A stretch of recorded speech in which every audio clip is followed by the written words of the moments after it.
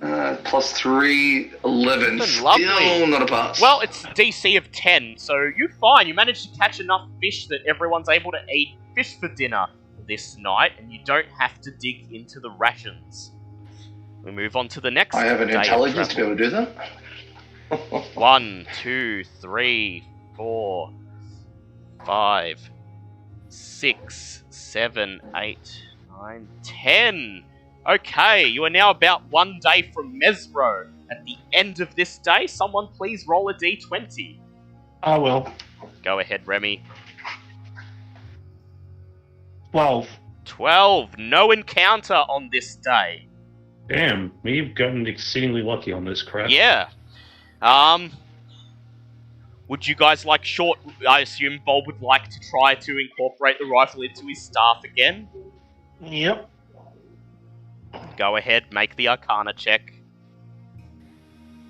Hey, that's better. That's 24.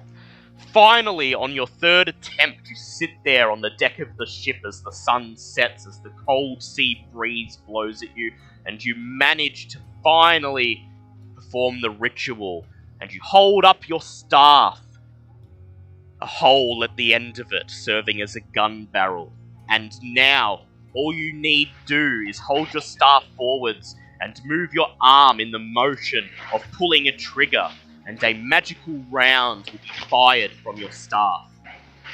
Oh, so he already has the magical round part already? Or, well, no, a round will be magically propelled from his staff. Ah, So he does I was need gonna ammo. say, because Yeah. I can Damage do the is opposite for him. It will deal... Let's see, what does a rifle deal? I believe it's 1d12. Yeah, it is 1d12, yes. Plus your dex mod. Dex? Yeah. Yeah. Like I said, I'm more than happy to do the upgrade for it so he doesn't have to use ammo for it. If you're willing to do it, I will If you're take willing it. to expend a slot, then go ahead. Yep, that's an infusion slot. There you go. You show your Thank you. handiwork to Bobbit, and she immediately takes it, runs her hands over it, and it's kind of strange seeing this, for all intents and purposes, fully grown woman giggling and smiling like a schoolgirl as she admires the handiwork. But she places an enchantment on your new rifle so that it will generate its own rounds, requiring you to keep track of ammunition. I was gonna say, as she goes away, she looks and goes, I considered doing that with my own rifle, with my own gun, but Mr. Stick was less than encouraging on the idea. Yes. Just scratches her head and walks off. And then, Sir Lucian, please make a survival check to fish again off the deck of the ship. Who wants fish for the 10th day in a row? I got 15. Yeah, fishy, fishy, fishy, fishy. Swedish chef. No, that was Bert and Ernie actually, but yeah, just the idea. Oh, sorry. Yeah, so Lucian doesn't fish; he just yells at the water, and they get in the boat. Commands with his title. Oh, Yeah. I command you to get on, attach yourselves to my rod immediately. And they just flock to the rod. Damn, didn't that work? And what did you roll? Sorry? And He what said did you... 15. 15? Oh, yeah, no, he literally commands the fish. They attach to the rod. Sir Lucian provides you all with a nice dinner of fried fish again for the second night in a row. We begin the Fish is final fine. day of travel towards Mezro. 1, 2, 3, 4, 5, 6, 7. As you enter Kitcher's Inlet and round the coastline of Chult, and you see the grand city of Mezro poking out from the jungle canopy. Its vast, grand spires crumbled after centuries of disuse and covered with all sorts of crawling greenery. Even in this state, the city looks grand as you sail towards it. For the final encounter check, would someone like to roll a d20, please? Go for an M2. 16. 16, that is an encounter! Okay, I need to stop being allowed to roll encounter checks because I'm the only one that has had this happen to him. Please roll a d8. If it's ghosts again, I will reach through and kill you. Fair enough. 4? 4. Ooh. As you sail towards Mezro, you hear something echoing from the shoreline.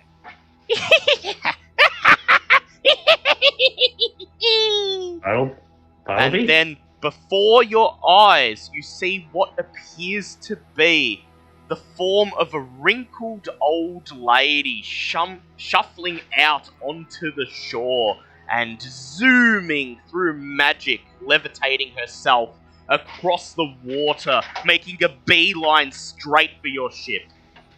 Is that a witch? Bulb may Oh, dear. attempt a nature check if he likes to see what it is. Yep, sure, may as well.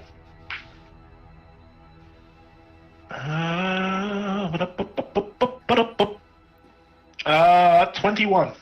You recognize it immediately.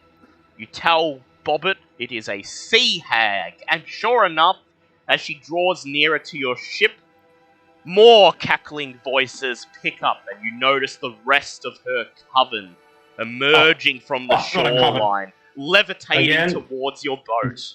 What would Please, you like to please. I'd like to stop rolling for encounters now. do? Battle stations, because Battle we're not getting out of this without a Please, fight. very Yeah, well. clearly. Everyone, please roll for initiative. 9. 9 for Bold. 18. Ooh, nice. I almost feel bad just saying this out loud now, but 22. It's okay. Pretty much the same order as last time then. So That's Lucy's a bit fine. shocked. What? Someone higher than me? Oh, And so we head into combat with a coven of sea hags. God damn it. any with 10-foot poles? Oh, no, don't. We're And not doing that as the again. sea hags draw Oh, nearer to the God. ship, they raise their hands, and the waves around the ship begin to roil and crash as you see 2 giant octopuses emerge from the drink, ready Well, at the if beck there's and ever a time call to of start the throwing sea more hags. lightning here. Okay, now would be the time for lightning. Would you like your Yeah. guides to participate in this fight? I mean, Dwarven Boy did pretty well last time. You want to bring him back? Yes, please. Do we- I believe we are going to need it. Yeah, do you want him and, do I have to let him Selena? out in the week I off? would vote for Salander as well. Yep, Yeah, you bring bring both all of them hands out. all hands on deck, please. All hands on deck for this one. So Salida and Mujarib are both coming up to fight with you. And Oh, I like the token. Mhm. it is Salida's turn first, because she got a 23 on her initiative. Fair enough. So that will be a Yuan-Ti Pure Blood, and a Sea Hag, and a Giant Octopus that I have to bring up. Good times. Okay, she gets to go first. And what she's going to do is she's going to run to the edge of the ship, and she casts Poison Spray at the giant octopus in front of her. He fails his con save and takes Yes. 24 points of poison damage. Oh, lovely. It is now Bobbit's turn. Okay, so options everywhere. I don't know who's getting more of an annoying threat at this point, the octopi or the sea hags. And they're in equal numbers.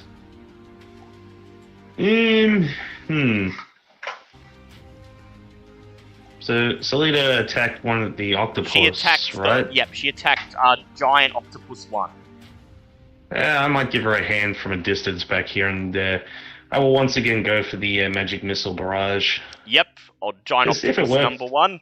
Yeah, you might even Yeah, if kill it it with works, this it blow. works. If it works, it works. Plus, I got all my charges back because it's a daily thing, not a.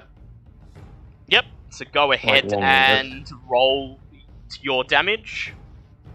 Plus 11, not plus. 43 points of damage. Oh, okay.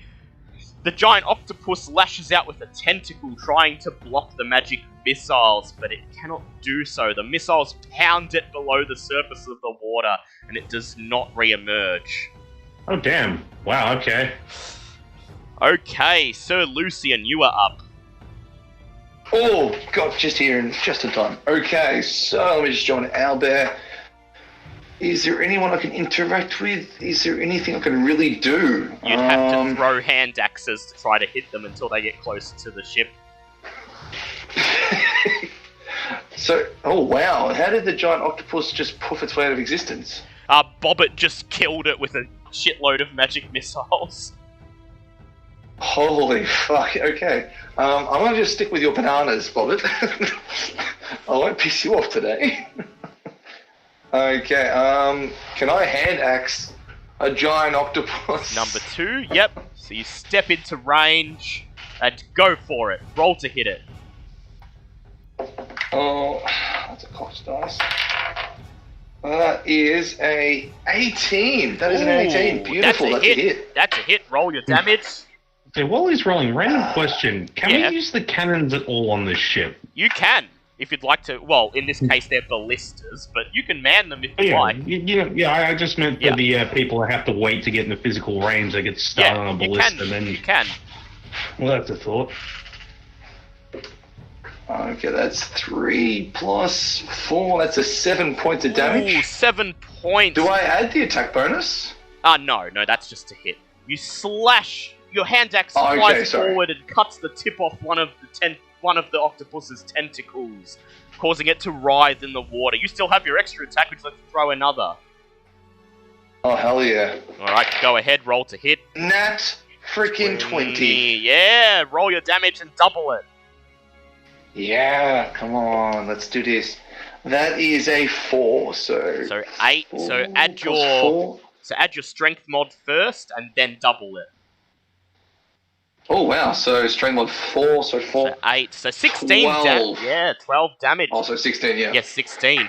You hurl your hand axe, slicing off another of the tentacles as the octopus just writhes in pain. It is now Ava's turn.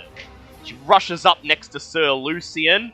She declares the giant octopus her favoured foe and fires her bow at it. Unfortunately, her arrow harmlessly lands in the water. It is Mujarib's turn.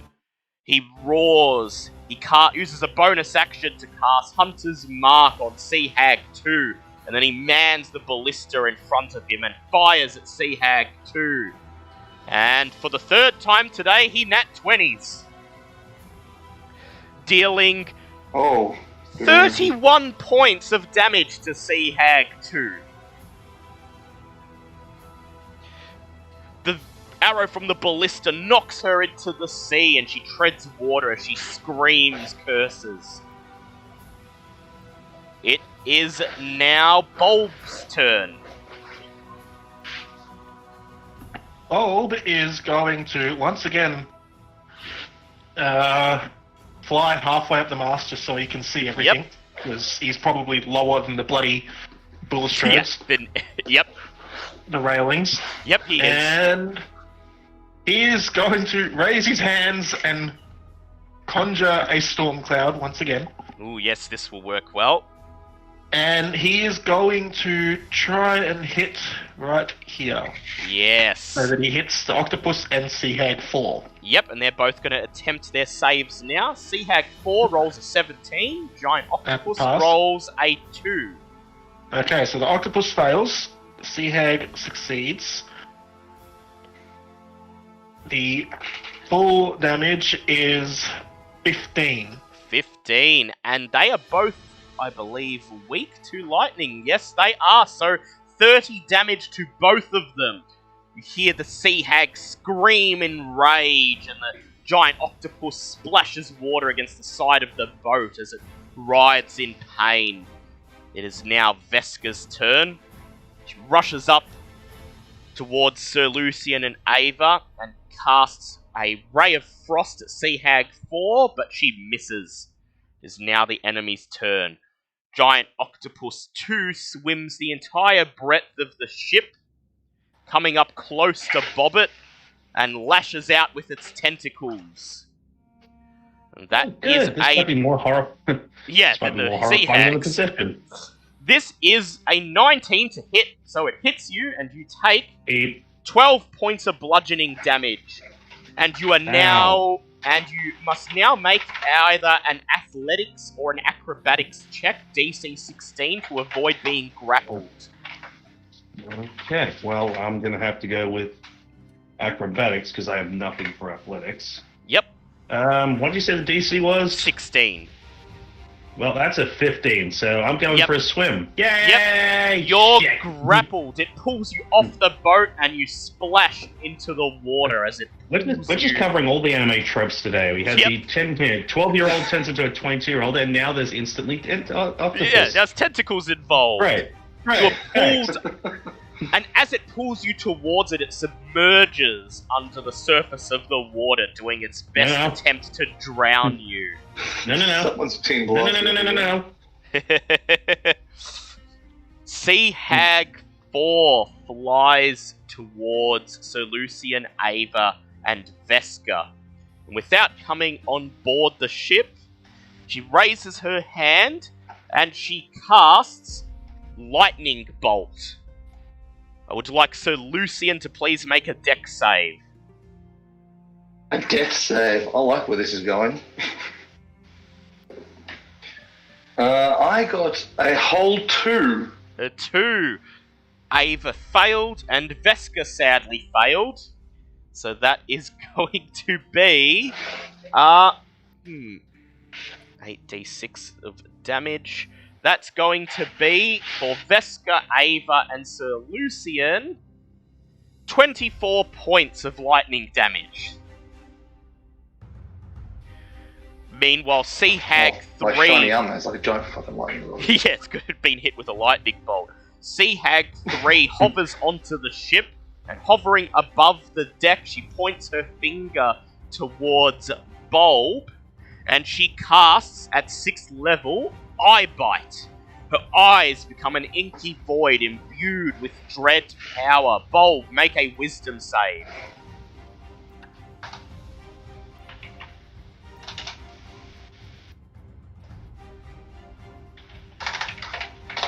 HP 24, 62. How did Bulb do on his wisdom save? That was a nat 1. Now, Oh. okay. Yeah, these guys are hurting the crap, She beating the crap out of us. smiles. She smiles at you and commands you to feel sickened. Suddenly, vicious nausea wells up in your innards. Your insides Okay. twist and turn. And you now have disadvantage on attack rolls and ability checks. At the end of each of your turns, you may make another wisdom saving throw to throw off the effect. That hit way too close to home this week. Thanks, Dan. I know. I'm Wow. sorry. I'm sorry. Sea Hag Okay. Sea Hag number 1 floats onto the deck right next to Sea Hag 3, and she casts Bestow Curse. Actually, what's the range on Bestow Curse? Oh, it's touch. Okay, so she has to come further. That's okay, she will not cast that. She stays where she is, and she casts Phantasmal Killer upon Salida. Salida fails her wisdom save and becomes frightened, immediately sprinting away from the two Sea Hags as fast as she will go. Sea Hag number 2 stays floating beside the ship and casts Polymorph on Mujarib. He fails his wisdom save, and where Oh my the mighty God. dwarf once stood, a small newt scurries for cover under the ballista. Oh my god. It is now Our Salida's dwarf! turn. Our already short person. Salida stands on the edge of the ship and fires her short bow at Giant Octopus 2. However, she misses. Bobbit, it is your turn. First of all, please make a con save as you are struggling to breathe underwater. Yeah, no, I fail. I fail. You take 10 points of damage as you gasp for breath. Now you may attempt to break free from the grapple with either an acrobatics or an athletics check. Okay, come on, please, please, please, acrobatics. That's a nat 20. Yeah! Fuck off this thing. You pull free, extricating yourself from the giant octopus's tentacles, and you swim 5 feet away from it, still treading water. What would you like to do? How badly, does this thing look hurt? Because I know it's taking a crap load of damage. Yeah, it's looking. A couple of its tentacles are being chopped off, but it still looks like it has some fight in it. Well, first things first, I'd like to activate my little backpack so I could get the freaking hell out of its range. Just go straight up for Just about fly a good. Straight up in the air. Yep. Yeah, and from my vantage point, I'm now going to take a shot at with my pistol. Go ahead. Because there's no powder involved, it's just magic, so nothing roll gets to hit it. Okay. Do I get an advantage because I'm higher up? Or... Yes, you do. You can roll with advantage. So I'll have to hear. So it's going to be a 21 to hit. 21 to hit. That's a hit. Roll for damage. It's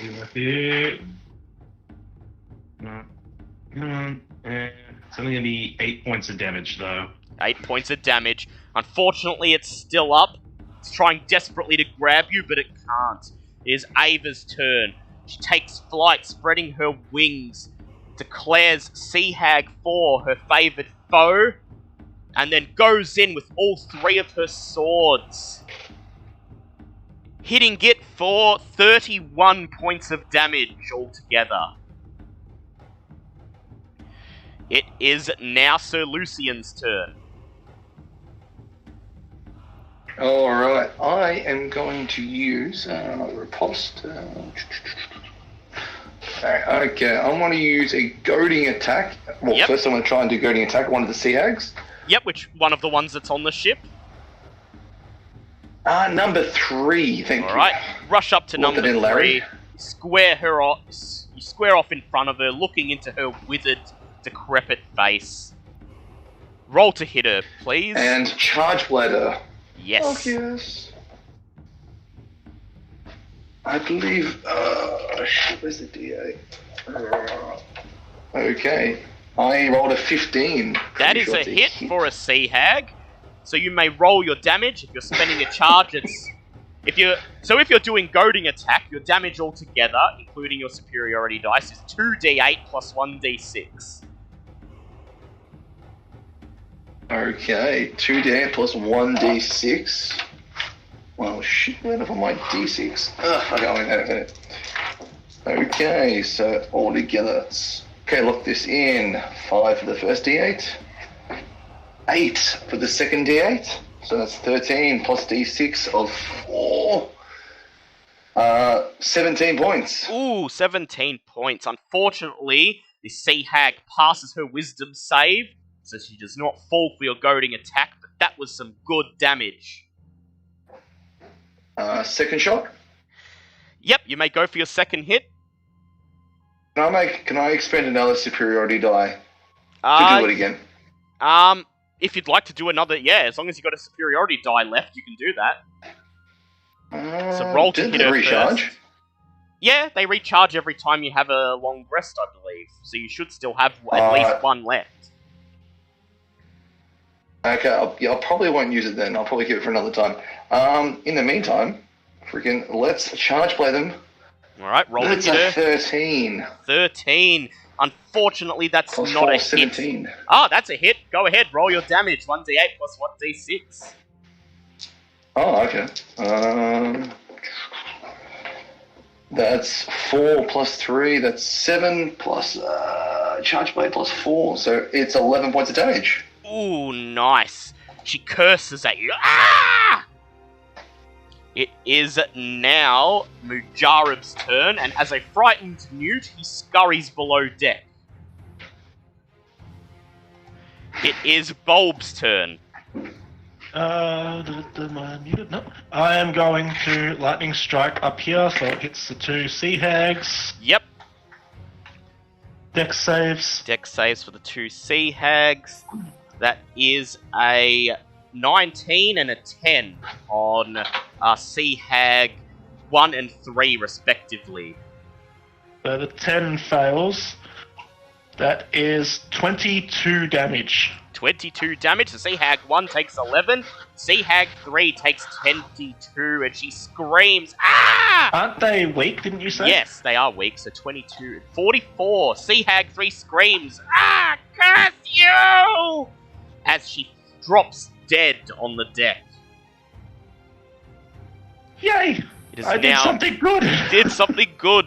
It is now Veska's turn. She casts Magic Missile at Giant Octopus 2, hitting it for 15 points of force damage, causing it to writhe around in pain. It is now the enemy's turn. Sea Hag 2 floats up onto shore next to Bulb, and reaching out, a decrepit sea-worn hand casts Bestow Curse. You need to please make a wisdom save. Was that me, sorry? Yes, Yeah. you, Bulb. Son of a bitch, I gotta stop using that dice. Oh. What is my wisdom? It's a 9. Oh. She says, "May you feel pain more greatly than before." And she places a curse upon you that makes it that whenever you are attacked by an enemy, those attacks deal an extra 1d8 necrotic damage to you. Oh. Son of a bitch. And that is a Fun permanent times. curse until you can Oh. get rid of it. Oh. Oh, I took off fucking remove curse as well. God damn it. Sea Hag 1 Oh, well. steps forwards in front of Sir Lucian, and she casts Ray of Sickness upon him. And unfortunately, her Ray of Sickness is blocked by his shield, which he throws in front of himself, and the green, sickly ray disperses, splashing all over the deck. Sea Hag 4 decides to cast Lightning Bolt upon Ava. Ava passes her deck save and takes 12 points of lightning damage.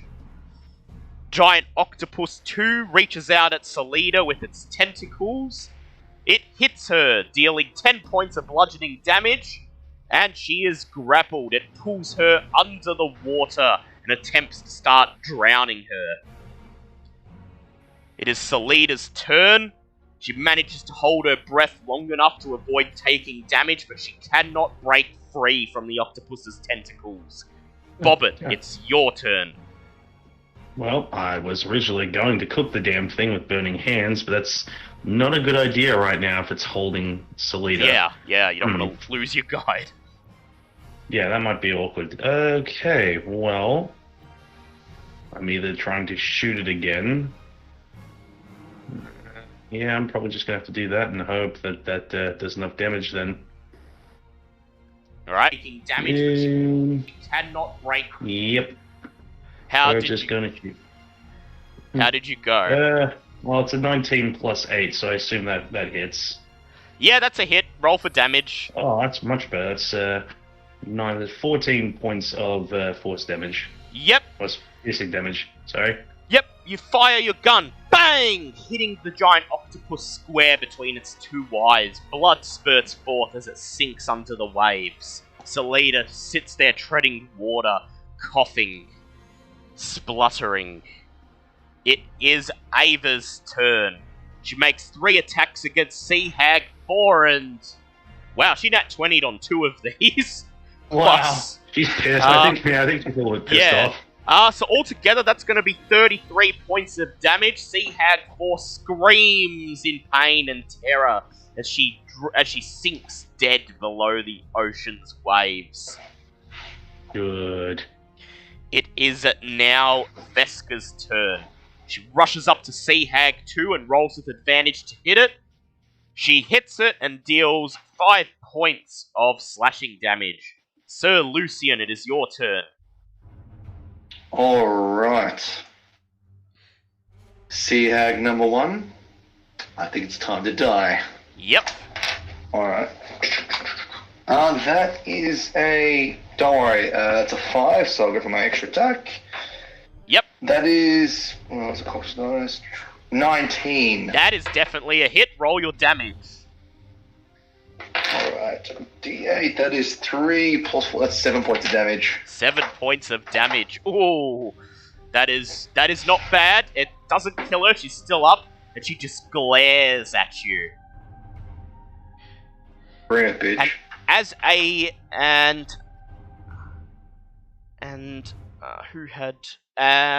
as a reaction, she casts Phantasmal Killer upon you. Please make a Wisdom save.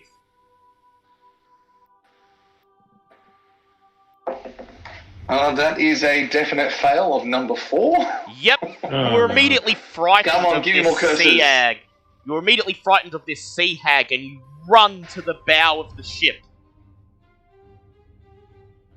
It is What, now really? Bulb's turn. I am going to once again use my action to call down lightning from my existing lightning storm. Yep. Just keep doing it. Just keep bringing it. I'm going to cast it here so it doesn't hit Visca or myself. And it hits Sea Hag 2. Yep, make a dexterity saving throw, please. Yep. It fails. It fails, so it's going to take double damage. Yes. Good. This is gonna hurt like hell. 18, so 36 damage. 36 damage. Sea Hag 2 screams, and she dives over the side of the ship and then lands limply, floating dead on the surface of the water. Good. It is Sea Hag 1's turn. She turns her gaze towards Sir Lucian as she can no longer cast spells, as that was a coven ability. Oh. And she casts Yeah. Death Gaze. Sir Lucian, please make a Wisdom save. Oh no. Hags are scary in covens. Yeah, yeah. 13. One-on-one. That is 13. awesome. Not so bad in groups. This is horrifying. Yeah, you pass Oh, from yeah. the... Oh shit, that is just a pass. Yeah, you pass. If you had failed, what Death Gaze does is she gazes at any person who's frightened, and if they fail the Wisdom save, they instantly die. So yeah. Oh, okay. Yep. No will be backs. Wow. Yeah. So that's her turn. It is Selena's turn. Hey, at least it would have taken care of the. Yeah.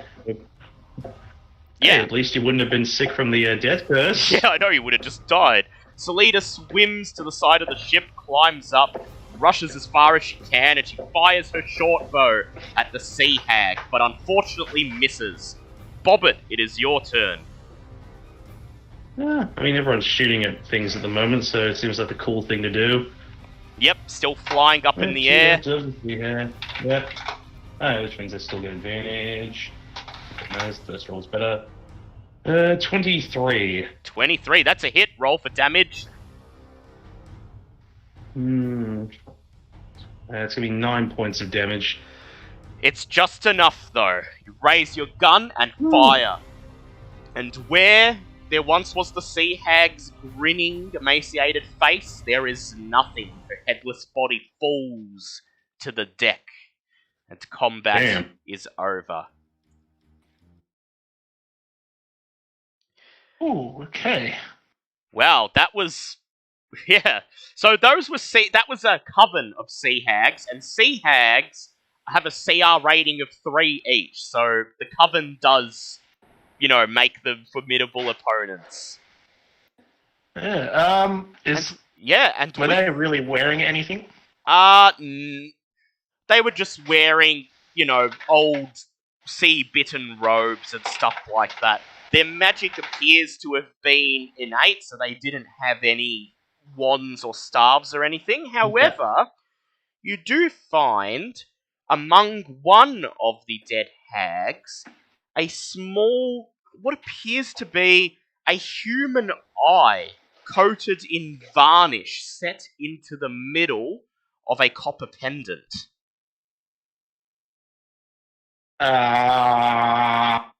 Bobbit. Would you like Bobbit to take a look at it?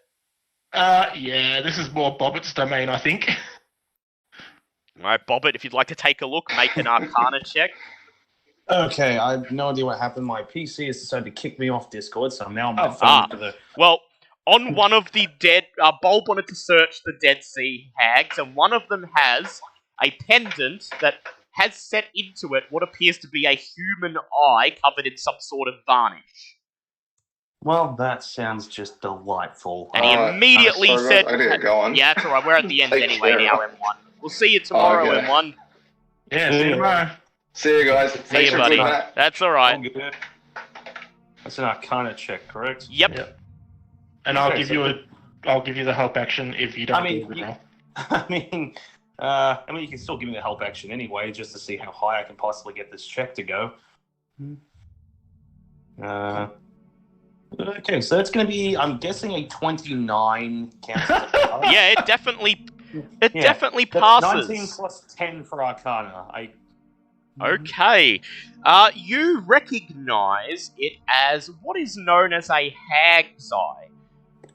Okay. Usually, it is created by a coven of hags, and what it will do is that the hag who is attuned to it will be able to see whatever the eye can see.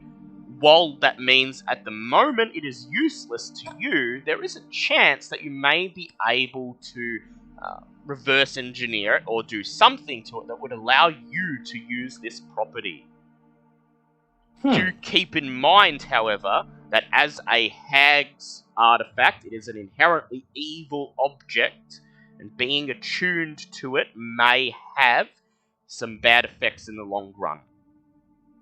Well, while that is an option, we can also keep it to give to the crew to Yeah, give to the turtle dragon. as a bona fide so that magic it item. doesn't- Yeah, so it doesn't sink the ship when it heads back. And so with that, as the sun begins to set, the ship winds its way across the coast, eventually coming to stop at a beach just outside the jungle. The great spires of Mezro still visible, looking over you from above the jungle canopy. Your crewmates help you disembark. The pack animals follow you onto the beach, and within an hour, they are set up with all of the supplies and equipment the merchant princes provided you for your expedition. Then, as the sky turns purple, as the first hint of nighttime begins to emerge, you hand the hag's eye to Jacob, the de facto leader of the crew, and send them on their way back to Port Nyanzaru.